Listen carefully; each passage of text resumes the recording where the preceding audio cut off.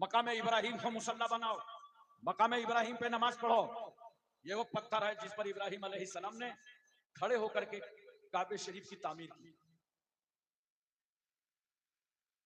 काबा कई दौर में तामीर हुआ।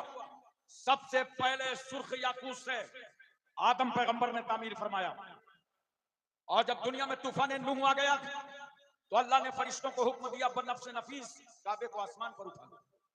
काबा आसमान पर उठा लिया गया।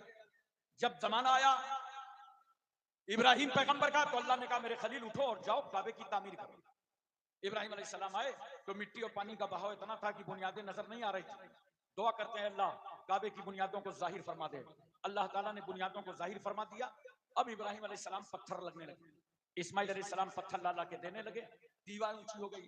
तो जैसे हमारे इंडिया में दीवार ऊंची हो जाए तो चहली लगा लेते हैं, जब वहां दीवार ऊंची हुई तो इब्राहिम अलैहिस्सलाम एक पत्थर पे खड़े हो गए और दीवार पे चुनाई करने लगे। खुदा की रहमत मुस्कुरा पड़ी, ए मेरे खलील अब तुम्हें पत्थर बदलने की जरूरत नहीं पड़ेगी, दीवार ऊंची होगी, पत्थर बदलने की जरूरत नहीं है। अल्लाहु अकबर, या रसूल अल्लाह, जिंदाबाद जिंदाबाद, अल्लाहु अकबर।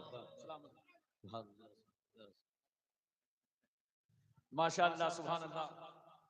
देखिए हुजूर साहिब सज्जादा शेख तरीकत रहबर राह शरीयत आली मर्तबत इज्जत माब हजरत अचन मियां साहब किबला मद्दसिल्लहुल आली व नूरानी तशरीफ ले आए।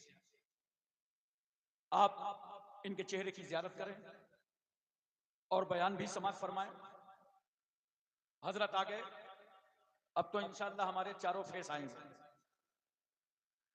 पूरी तवज्जो है ना? तो अल्लाह की रहमत मुस्कुरा पड़ी, मेरे खलील अब पत्थर बदलने की जरूरत नहीं पड़ेगी, दीवार ऊंची होगी, पत्थर नीचे से बढ़ता चला जाएगा। काबा तामीर हो गया। इब्राहिम अलैहिस्सलाम ने खड़े होकर के आवाज दी, दुआ की पहले, रब्बना तकब्बल मिन्ना इन्नका अंतस समीउल अलीम। आए अल्लाह हम बाप बेटों की जानिब से इस तामीर को कबूल फरमा। यहाँ पे देखो सबक ले जाओ मुसलमानों, जब नेकियां किया करो, मस्जिद बनाओ, मदरसे बनाओ, खानकाहें बनाओ, कोई अच्छे काम करो तो रियाकारी और दिखावा से काम ना किया करो, बल्कि तन्हाई में जाकर अल्लाह की बारगाह में रोया करो, आए अल्लाह ये नेक काम करना हमारा काम था और कबूल फरमा लेना तेरा काम। इब्राहिम अलैहिस्सलाम दुआ कर रहे हैं, अल्लाह इस तामीर को कबूल फरमा। जब अबू कुवैस पर खड़े हो गए इब्राहिम पैगंबर, आवाज देते हैं परस्ताराने खुदा, ए अल्लाह के बेट मानने वालों, चलो चलो काबा तैयार हो चुका है, चलो तवाफ़े काबा के लिए, चलो ज़ियारत काबा के लिए। जिन लोगों ने, जिन रूहों ने ये आवाज सुना, अल्लाह ने उनके मुकद्दर ही में हज बैतुल्लाह लिख दिया। सुभान अल्लाह, यही सुभान वजह अल्लाह। है कि जब मुसलमान शहर मक्का में जाता है और हर एक हज करने वाले के लिए हुक्म है अपनी अपनी सोसाइटी का लिबास उतार करके अपने कमरों में रख दो, आराम गाहों में रख दो। तुम बादशाह हो, वजीर आजम हो, सदर जमहूरिया हो, किसी सल्तनत के मालिक हो, अपने मुल्क का लिबास उतार करके अपने रूम में रख दो और अपने आप को दो दो चादरों में लपेट लो। आज तुम्हारा खुदा तुम्हें उस लिबास में देखेगा जिस लिबास में उसका प्यारा महबूब आया था। सुभान अल्लाह, सुभान अल्लाह। एहराम बांधे हैं लोग और हर संत से आवाज हो आ रही है, लब्बैक अल्लाहुम्मा लब्बैक, लब्बैक ला शरीक लक लब्बैक, इन्नल हम्दा वन नेमता लक वल मुल्क ला शरीक लक। पूरे शहर मक्का की फिजा गूंज रही है। जानते हो ये इब्राहिम अलैहिस्सलाम के उस सवाल का जवाब है। इब्राहिम पैगंबर ने कहा था चलो तवाफ़े काबा के लिए। जब आज मुसलमान पहुंचता है तो वहां जाके कहता है लब्बैक अल्लाहुम्मा लब्बैक, आय अल्लाह तेरे खलील ने बुलाया था, हम सब हाजिर हो गए। सुभान अल्लाह, सुभान अल्लाह। हम सब हाजिर हो गए। तो इब्राहिम अलैहिस्सलाम ने इस पत्थर पर खड़े होकर काबे को तामीर किया। मैं तवज्जो चाहता हूं। तो अल्लाह ने क्या फरमाया, वाजिबुत तवाफ नमाज अदा करने के लिए पत्थर के सामने नमाज पढ़ो।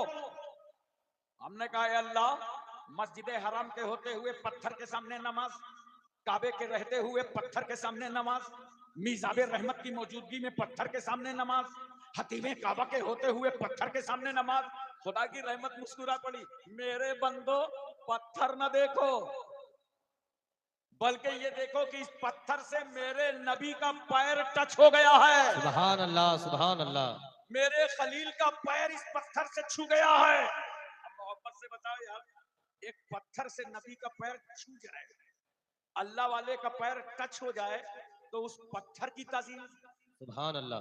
तो सरापा जिस कब्र में कोई अल्लाह वाला लेटा हो, आह, तो उस कब्र की ताजीम का आलम क्या होगा। सुभान अल्लाह, बेशक। इसीलिए तो हम कहते हैं मिट्टी तो सभी मिट्टी है, मगर मिट्टी के वो जर्रे जो गुंबदे खतरा में हैं, वो जन्नत से बढ़कर हैं, और जो जर्रे रसूलुल्लाह के जिस्म पाक से छू गए हैं, वो अर्शे इलाही से अफजल हैं। सुभान अल्लाह, बेशक। जिंदाबाद। नारे तकबीर, नारे रिसालत, नारे रिसालत। उर्से मुक़द्दस, उर्से मुक़द्दस हजरत अल्लामा मौलाना हाशिम कानपुरी साहब क़िबला।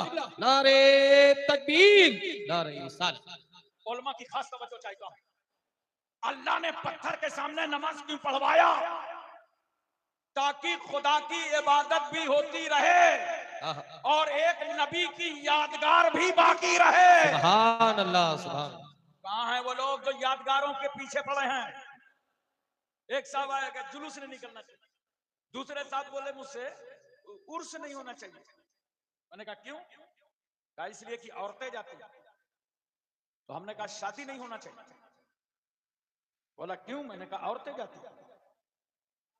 और अगर तेरा ये फार्मूला इंडिया में लागू किया गया, तब तो भारत के सियासी लोगों को अलग से एक जमात बनाना पड़ेगा, ऑल इंडिया रड़ुआ समाज।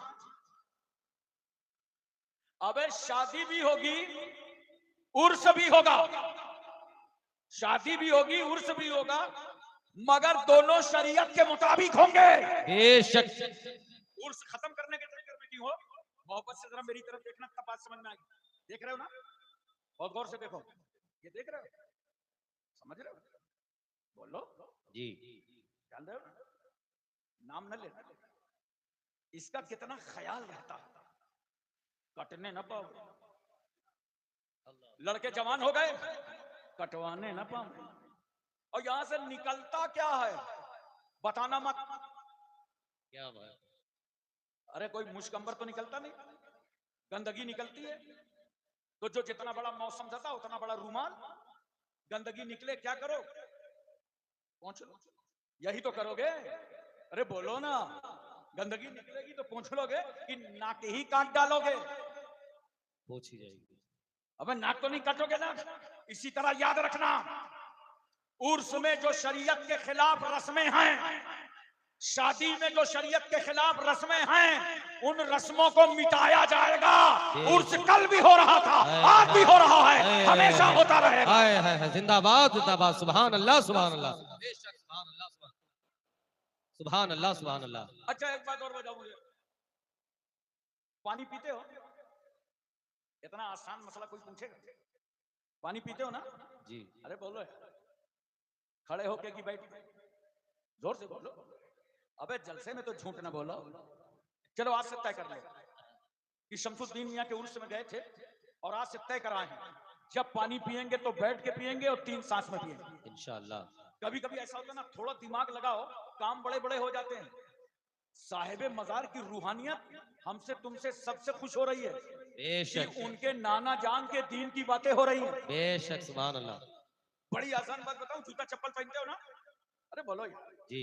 थोड़ा हूं हाँ करो, पहनते हो ना? बस ठीक है, आज से याद रखना, जब जूता चप्पल पहना करो तो दाहिना पैर पहले डालो, और जब उतारना हो तो बायां पहले निकालो। देखो काम भी चल गया, सुन्नते रसूल भी अदा हो। सुभान अल्लाह, बेशक। ये सीख के जाया करो उर्स से। पैजामा पहनते हो ना? इतना खामोश हो, लगता है सब नागालैंडी हो। अबे पैजामा पहनते हो ना? बड़ा आसान है, जब पैजामा पहनो तो बैठ जाओ, साफा बांधो, खड़े हो जाओ। देखो काम भी चल गया और सुन्नते रसूल भी अदा हो गई। सुभान अल्लाह, सुभान अल्लाह। जब खाना खाओ तो दस्तरखान लगा लो, और नमक से शुरू करो, नमक पे खत्म करो। 70,000 बीमारियों का इलाज है। और जब खाने की इब्तिदा करो ना, तो दस्तरखान में जो सबसे छोटा हो पहले उसके हाथ धुलाओ। बड़े वालों के बाद में देखना, पहले जो सबसे छोटा उसके हाथ धुलाओ। क्यों?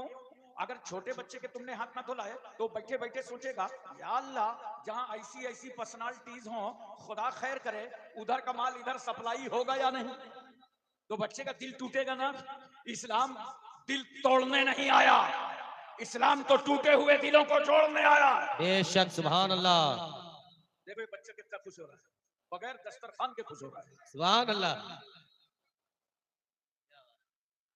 और जब खाने से फारिग हो जाओ तो जो सबसे बुजुर्ग हो उसके हाथ में, सुभान अल्लाह ताकि उसकी अजमत का परचम भी लहराता नजर आए। बेशक सुभान अल्लाह सुभान अल्लाह खाना खाओ तो प्लेट साफ कर लिया कर।